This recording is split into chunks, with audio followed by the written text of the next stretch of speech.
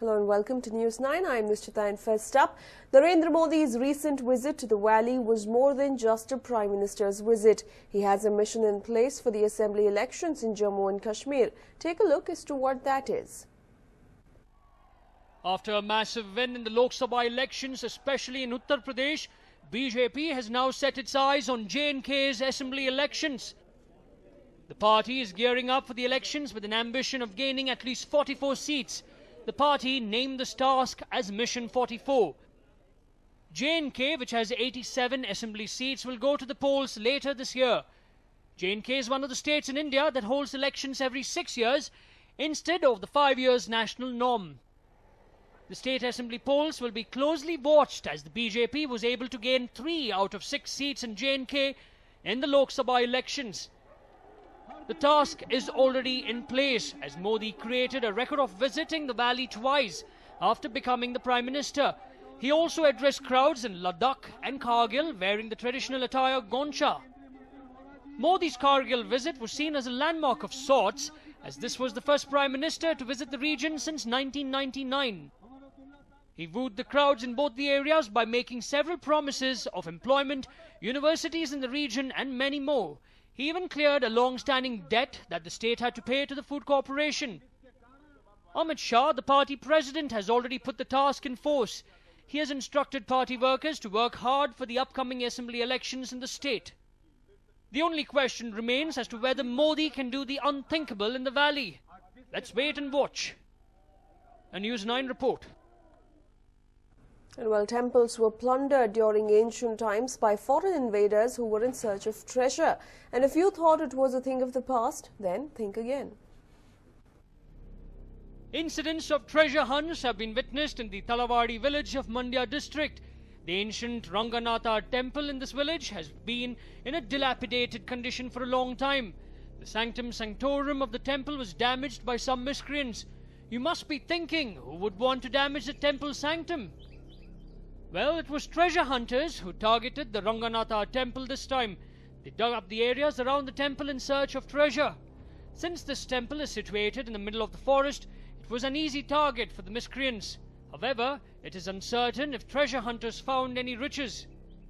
ಹಿಂದಿನ ಕಾಲದಿಂದ ಅದು ಪೂಜೆ ನಡೀತಾ ಇದ್ದಾಗ ಅದು ಎಲ್ಲ ನಿತ್ತೋಗ್ಬಿಟ್ಟು ಗುಂಡಿ ತೆಗೆದುಬಿಟ್ಟು ದೇವರೆಲ್ಲ ಎತ್ಕೊಂಡು ಹೊಂಟೋಗಿದ್ದಾರೆ ಸರ್ ಅವರು. ಈಗ ಪೂಜೆ ಎಲ್ಲ ನಿಂತೋಗಿದೆ ಸರ್. ಈಗ ನಿಧಿ ಸಿಗ್ತದೆ ಅಂದ್ಬಿಟ್ಟು ಅವರು ತೆಗ್ದಿರುತ್ತೆ ಸರ್. ಅದು ಈಗ ನಿಧಿ ಸಿಕ್ಕಿದೆಯಾ ಗೊತ್ತಿಲ್ವಾ, ಅದು ಎತ್ಕೊಂಡು ಹೊಂಟೋಗಿದ್ದಾರೆ ಸರ್. ಈಗ Localites are unhappy that the concerned authorities have not taken proper measures to protect these temples.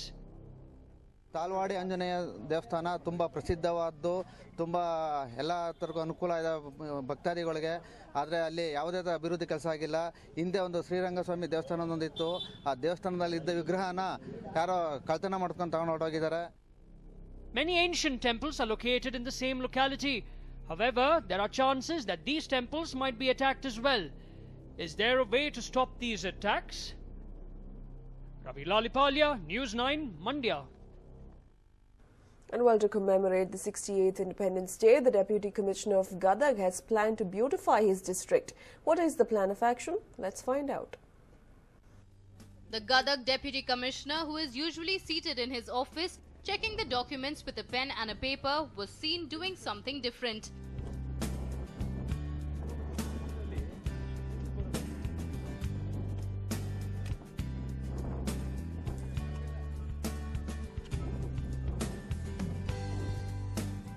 Armed with garden tools, he was seen busy trimming the plants at his office garden. He gave a new look to the office garden after plucking out the weeds and trimming the extra grown plants. And his gardening activity did not stop here. He has decided to spread greenery across the whole district.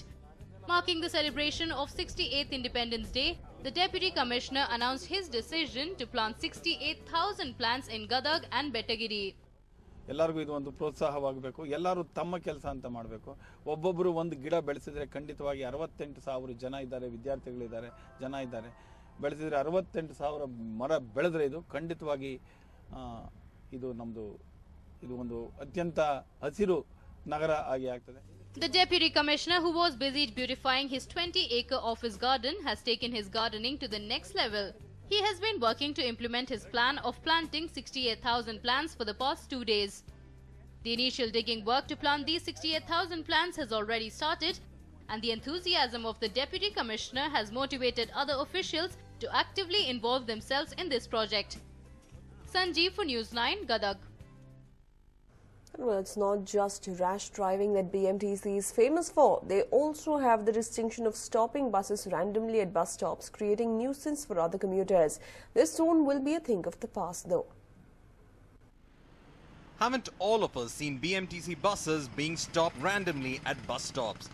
It does irritate you, doesn't it? Fret not, this soon will be a thing of the past. The state RTO is all set to give a tough time to those BMTC drivers who don't stop the bus at the designated place. They will be dealt with severely as a warning to errant drivers. A few have already been booked by the RTO. ಯಾಕೆಂದರೆ bus ಬೇನಲ್ಲಿ ನಿಲ್ಲದೆ ಎಲ್ಲೋ ಅದು ಹ್ಯಾಪಜಾರ್ಡ್ ಆಗಿ ನಿಂತು ಪ್ರಯಾಣಿಕರಿಗೆ ತೊಂದರೆ ಆಗ್ತಾ ಇದೆ, plus ಬೇರೆ ವಾಹನಗಳಿಗೂ ತೊಂದರೆ ಆಗಿ ಅದು ಟ್ರಾಫಿಕ್ಕು ಚೋಕ್ ಆಗಲಿಕ್ಕೆ ಅದು ಇದಾಗ್ತಾ ಇದೆ. ಆದ್ದರಿಂದ ಅಂಥ ಇವರುಗಳು ಕೂಡ KSRTC ಆಗ್ಬೋದು, ಬೇರೆ ಯಾವುದೇ ವಾಹನ ಆಗ್ಬೋದು, ಮತ್ತು ಹೆಚ್ಚಾಗಿ BMTC ವಾಹನಗಳು ಕೂಡ ಇದರಲ್ಲಿ ಅವ್ರದ್ದು ಸಮಸ್ಯೆ ಕೂಡ ಮೊನ್ನೆ ನಾವು ಅದನ್ನು ರಿವ್ಯೂ ಮಾಡಿದ್ವಿ.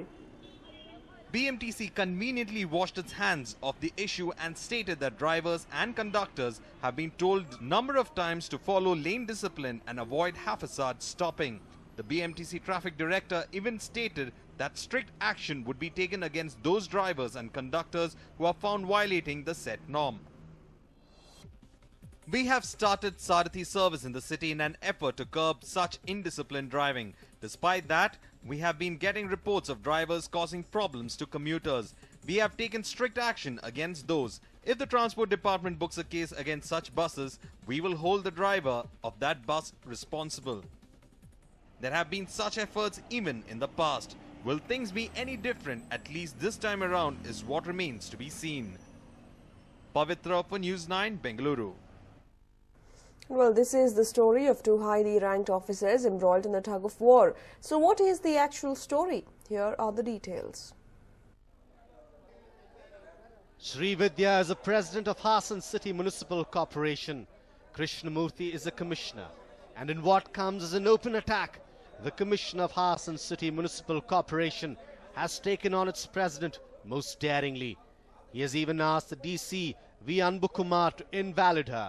In a two-letter complaint, he has enlisted the reasons for her removal. In 1961-62, a piece of land measuring 50 by 80 was allotted to Harijan Sangha. Sri Vidyanand's father, H.S. Harish Kumar, built a commercial complex in place of a community center. With this, the city municipal corporation was cheated of money worth crores. When Sri Vidya was the vice president, she transferred money under the 22.75 scheme to her mother. Though her name was Fatima, Sri Vidya changed it to Pratima and granted a loan of 50,000 rupees at a subsidized rate. Next in the list is the allegation that Sri Vidya had gifted laptops to government students from the funds released by the city municipal corporation. As many as 5 MBBS students were selected for this purpose, but these students were children of government servants. As per law, such students can't be chosen. The city corporation president doesn't have the rights to grant any offers to their blood relatives. But she has contravened that too. Under the 22.75 scheme, she had transferred 87,000 rupees to her brother. These being the allegations, the commissioner wants disqualification. ಅದೆಲ್ಲ ಸತ್ಯ 100%, 101% ಸತ್ಯ ಇದೆ. ಇದು ಯಾವುದೇ ರೀತಿಯ ಆರೋಪ ಸುಳ್ಳಲ್ಲ. When someone is elected as a member of the city corporation, they are expected to serve society. But in this case, it is alleged that Sri Vidya has done things contradictory to it. But ask her about them, and this is what she has to say. ಆಯುಕ್ತರು ಅವರು ಯಾವುದೇ ಜನಪ್ರತಿನಿಧಿಗಳಿಗೆ ಸ್ವಲ್ಪನೂ ಗೌರವ ಕೊಡದೆ ತಾನೇ ಸರ್ವಾಧಿಕಾರಿ ಥರ ವರ್ತಿಸ್ತಾ ಇದ್ದಾರೆ ಹಾಸನ ನಗರದಲ್ಲಿ. ಇದು ಎಲ್ಲರ ಮನಸ್ಸಿಗೂ ತುಂಬಾನೇ ನೋವಾಗಿದೆ. The fight between the two has been going on for the last 1.5 years. It is sad the two responsible officers are fighting this way. It is imperative that the DC take corrective and punitive action as soon as possible. Dashrath Savuru, News 9, Hassan. And well, the bifurcation of Andhra Pradesh will have an impact on Karnataka as far as sharing hydroelectric power from Jurala project is concerned. But what has given rise to this apprehension? Here's a report.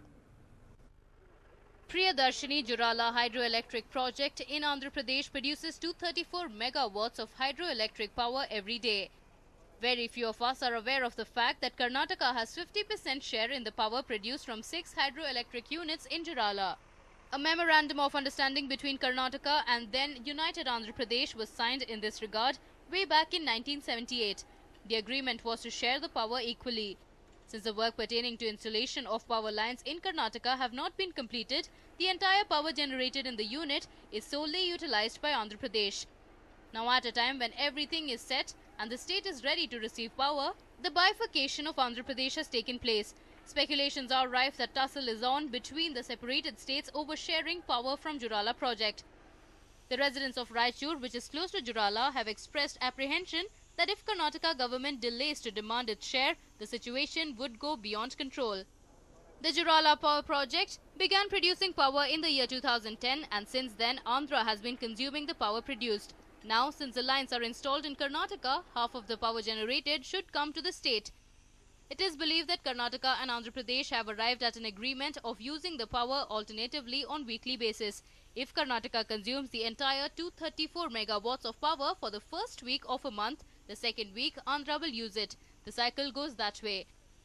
The government and people of Karnataka can only hope that the bifurcation doesn't cause much trouble and the state receives its share that it should. Sidhu Biradar for News 9, Raichur.